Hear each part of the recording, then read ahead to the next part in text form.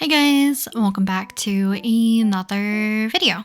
So today we are going to be trying out new brushes as the title of the video states, but I want to preface this video saying that the brushes that we are trying out today are not made by me. They are a free pack and a few other packs from a different artist, which I'll put on the screen. So the ones that I'm currently showing you are actually in a folder called Sprout right now, and those are my usual brushes that I tend to use the most, but I have 3 other sets below that I've recently downloaded, and 2 of them I believe I purchased as I wanted to give them a try. So we are going to be trying a few out, and I will link their Gumroad or their shop down below alongside with any of their socials because their art is so flipping cute, and I always love any kind of brush or style that has more of like a traditional look or emulate a traditional look. So I believe they do both, so I really love their art. But before moving on, I am only going to be really using, I think, 3 different brushes. Or I guess like maybe 4 brushes, but the 3 brushes that I'm going to be mostly showing you guys today will be from their starter brush pack, which is free on their website. So please check it out if you're interested in downloading a few new brushes to try out. In terms of what I'm going to be drawing today for the sketching session, I wanted to kind of like pair up some of my OCs together to do some more, I don't know how to explain it, like interacting poses or like situations, because I always find myself drawing like just one OC over and over again for like sketch spreads and all that stuff, but I don't draw a lot of people like interacting with one another. So because I've been mostly working on merch and finishing up like more finished illustrations and like product stuff, I wanted to take some time to actually do some sketching since I've been neglecting my sketchbook. But even more recently, I've been doing more like pixel art and stuff for stickers and just like cheapy stuff. So I haven't been doing just normal drawing or sketching in a little bit. So for the brush that I'm using currently, I believe it's the soft Sketchy brush from their starter pack, and so far I really like this one. And if you're looking for an alternative for the sketch round, this might be a good one to use. I think the pressure sensitivity is just really nice on it. You can really build up values, kind of get like soft and darker marks, and it just has a little bit of that, I don't know, like it's soft but has not exactly the same quality of just using a normal round brush, if that makes sense. It almost has like a slight marker texture, while the sketch round from the Jing sketches kind of has like a slight grit on the edges, which I do like both of them. I think maybe for sketching where I don't know, maybe we'll do line art and like other things afterwards, like coloring or adding value, I might use this brush a little bit more. But like if I'm doing painting, I'll probably stick with the sketch round as that's what I'm most used to. So I am sketching out my OCs for the entire page. So we're starting off with Akemi and Sato, which I thought it'd be cute just to draw them together like this. I did see a pose on Pinterest. I think it's of like 2 Chinese actors, or like an actor and an actress, which I saw earlier. But I will have to dig around to see if I saved the pose or not. I just remember it's roughly looking like how I drew Akemi and Sato. So he's reading like a book or something like that, and he has his hand on the girl's head. I just thought it was cute if they just looked like they were cuddling. So after that, I moved on to the next sketch in the upper right hand corner, which will be Masaki and Kaisen. So I want them, I don't know, the word that comes to mind every time I want to draw them together is just like silly and goofy, even though I feel like Kaisen's a little bit more, he's like laid back and a little bit more serious-ish or cynical. I don't know what to kind of like encapsulate his entire demeanor, but it'd be kind of cute to have them just fooling around and just like goofing around being silly little boys. So here we have Masaki and Kaisen just kind of like being buddy-buddy. I wanted to give them these glasses. I believe this is also based off of a Pinterest post that I saw, and they were just having some funky glasses and it was kind of cute. So, you know, just draw them a little bit out of character, at least for Kaisen. So I thought it'd just look kind of cute with them together like this. But I am keeping the sketch quite rough for the most part, so I'm giving myself enough detail, but I wanted to keep everything rough because I wasn't going to keep this sketch as for like the final, like I usually do when I keep my sketch so that I can merge it with my colors and then render afterwards. In this case, I will be just kind of testing out or messing around with some inking brushes that also came in that pack. So I did find one that I really like, which I'll show you guys a little bit later, but that's kind of the reason why I'm keeping this so messy, especially for like Masaki's hand where he's holding the glasses alongside with Kaisen's hand. The fingers, it just feels like they're all over the place and you can't really determine what the hand is supposed to look like. Oh, because I drew Akemi and Sato so large, I decided to just expand the canvas at this point. So I made it into a square format so that I can fit one more kind of pair on the upper left-hand corner, which will be my OC Riko or Moriko alongside with Sato, because I don't draw them enough either. I did draw them a little bit in my sketchbook, just, you know, having fun, just girls being girls kind of thing. So I definitely think, which you guys will probably see later in the video, but I had a good time just sketching with this brush and doing a little bit of inking, adding some color in a way that I've just really enjoyed. So I might approach maybe future little comic strips or something, or just little doodles of my OCs in this kind of manner. So hopefully you guys will see more OC content in terms of like either progression on, I don't know, just their personalities and interactions with one another, or if I do have the time, I will try to potentially allude to some kind of storyline or, I don't know, some kind of narrative for all my OCs at some point. So for Moriko and Sato, I just had them like, you know, just having a good time laughing together because I thought it'd be cute. I also forgot how Moriko's hair looks, so she might look a little funky. I don't know if it's because I don't remember which side her actual like center portion of her bangs flips towards. So side view is sometimes a little bit finicky. Even like when I draw Masaki or even Kaisen, because their hair sweeps in front of their face or like their forehead, sometimes it looks a little funny when I draw it in profile. It's just probably something I need to work on so it doesn't look super flat. But we are on the inking stage, so I am using the ink liner 02. I did do a few tests between the 02 and the 01 version so that I could see which one I liked better, and I think I liked the texture on this one a little bit more than the 01. So I went ahead in the settings and changed the stabilization so that I could have a little bit more control with having some more fluid lines, and went ahead, lowered the opacity of my sketch, and we can move on to the actual inking. So one reason I feel like I wanted to give this brush more of a go rather than, you know, picking a different brush that has like a smoother texture or something like that is that I watched a video recently where a person was explaining how to draw, I think, backgrounds more easily or better in terms of like webtoons or comics. And the thing that I really liked about that in particular, especially, but the one thing I remember from that video is like not being too heavily precise or needing things to look super clean. So picking a brush that has texture will also help you not feel the need to make things look so like clean, crisp, and smooth, but also being able to either like break up lines, adding double lines, help with that. So I'm gonna probably dig through my history and link that video down below. I did watch it without super loud like sound, so hopefully I remember the points like somewhere correctly, but I feel like it kind of alleviated a little bit of the pressure and the stress fret I kind of get sometimes whenever I do line art.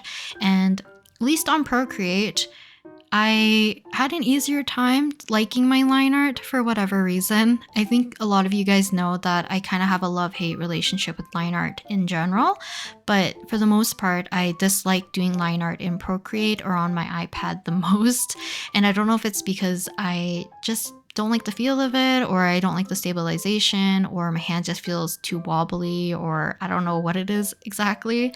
But like I said, the texture helped with making sure that I was being a little bit less precise. So I let broken lines appear. I added like dots or texture in certain areas, or like just extra lines here and there to give a little bit more character to my line art, if anything. Which is why I feel like in the future, I would gravitate towards using a kind of line art.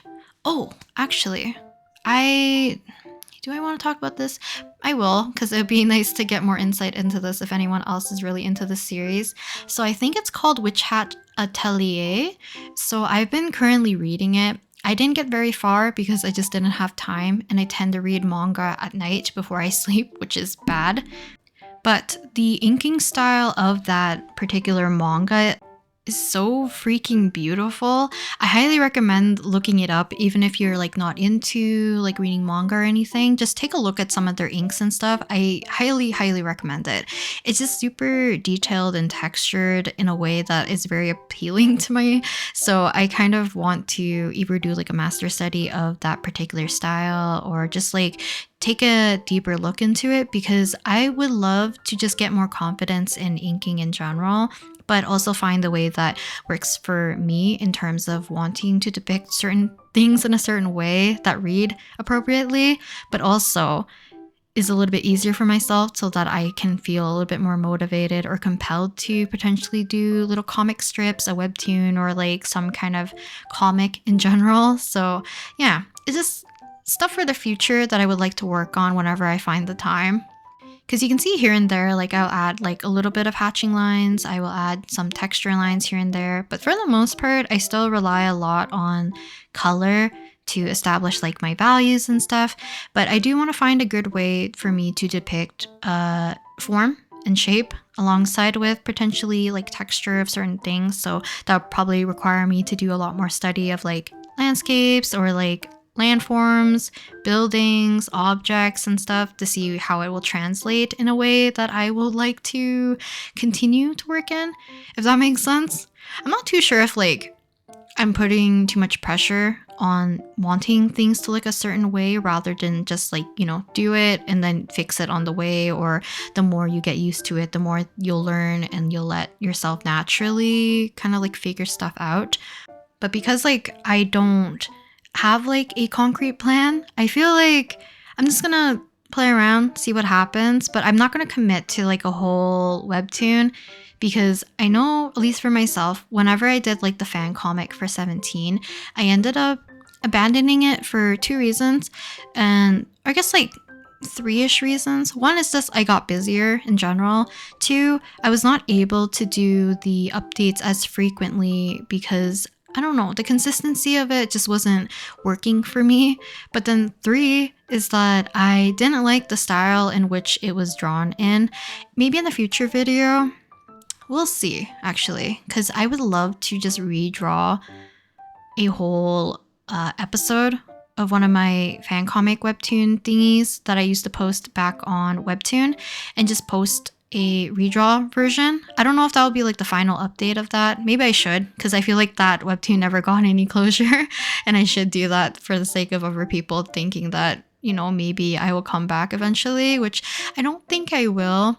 I definitely think the concept of it was very cute, but in general, because I want to keep more of my enjoyment of 17 a little bit more towards like personal rather than having to, you know, make something of it all the time. It just made me feel a little bit more burnt out, if anything. Also, I was on a call with somebody and I didn't realize that their number was on the screen in the upper right hand corner. So luckily I can just use software right here just to cover it up for a little bit until we finish the inking portion. So with that being said, we are nearing the end of the inking session. I believe Moriko is the last one that I really need to ink for this little, I wouldn't call it a doodle page per se, but I definitely kept it a little bit looser than what I would do for some other, I guess, like finished drawings. So yeah, I did have a lot of fun inking though, and trying to play around with pushing some of like certain details in like the clothing and the texture of certain areas. So hopefully it reads quite well. I definitely think I like the inking a little bit better without the color, which we are kind of coming up on very soon. Guess I'm just adding some final hatching right here. But for the coloring, so now with the line art done, I am going to be switching brushes once again. I'm also going to make a new layer under my line art so we can add colors without disturbing our line art right away. So I am going to be using the lightest watercolor texture brush that is part of the exact same starter brush pack, and I decided that I would just kind of go through and do a wash of one singular color in a similar way that I use the either the wet brush or the old beach brush, which for me, I definitely gravitate towards using something that has a watercolor texture. And luckily, this particular brush can go really like hard edges to really soft edges super easily, which I really liked. So there are going to be some areas that is going to have some more overlapping for the most part, and some areas that I'm going to try to push some of the value by going over. But you can see that I can sometimes seamlessly blend those two layers together by lifting up my pencil and using a little bit of less pressure so that we can kind of get a soft fade and kind of make sure that it blends into my previous layer. But for the most part, I am going to be using just the one color first to block everything in because I want to focus mostly on the value first. And then later on, we can kind of play around with the actual colors and the hues, which I'm going to do a very similar method that I did in the past. But once we get there, I'll explain it a little bit more. But I definitely do like the look of this kind of mid-tone gray with the inking. I definitely think it reads a little bit more simple and a little bit more clean in a way, almost comic-y-ish rather than what I'm going to do to it later. But I still like to mess around and play with color if I can. I definitely think maybe in the future I could do like maybe like a cooler blue for the main shadow and just have like pops of orange or pink or something just to bring a little bit of warmth to the entire piece, but have majority of the shadows just be like one monochromatic color. Could be very fun because for the color that I chose, I believe it's just a very neutral mid-tone gray. Like there's no particular color or like hue or anything. Like it's set to 0 basically. It's like on the very left hand side of the color square gradient thing. So, and luckily because my camera is not super accurate with picking up the color from my iPad especially, the background of my paper is still kind of like that off gray, warmish, I don't know, like slightly, is it like beige or brown? I don't know how to explain the color. I've talked about this before. I just don't like working on like a solid white background. So I did lay down some kind of color for the background, and then I decided to place this kind of gray color on top. But for the most part, it still reads kind of neutral. Otherwise, I think compared to the background, it would read a lot more cooler because my background is quite warm compared to this gray. But I do my best to kind of like section off areas. I definitely think like on Moriko's hand, like right under her, I guess like where her wrist meets her hand, I did not lift up the pencil to make it look like more seamlessly blended. I kind of left it a little bit blotchy and rough. So that was probably not the best application of it, but for the most part, everything else looks kind of smooth. I did build up a little bit of value for some of the areas, but not too much. So after that, I ended up locking the layer that had my initial kind of like gray layer on everything. And then I'm going ahead and adding a color on top with a normal brush. So I'm not using the current light texture watercolor brush anymore. I switched over to my normal painting brush and I'm kind of blocking in colors. Now, luckily, because the wash is quite light and has a lot of white basically in it already, a lot of the colors that I'm choosing look intense in terms of the color that I selected, but like when it's laid down, it's very watered down and kind of still has that watercolory look. So I kind of use that to my advantage and keep things somewhat on the lighter side and trying to match most of their colors for the most part. Now, the thing I like about doing this is that I get to play around a little bit more with letting some colors mingle and feels like it's bleeding a little bit into one another, which kind of lends itself to more of a traditional look. And I feel like it works really well with the old beach brush, so it definitely worked well right here alongside with like a watercolor brush of some sort.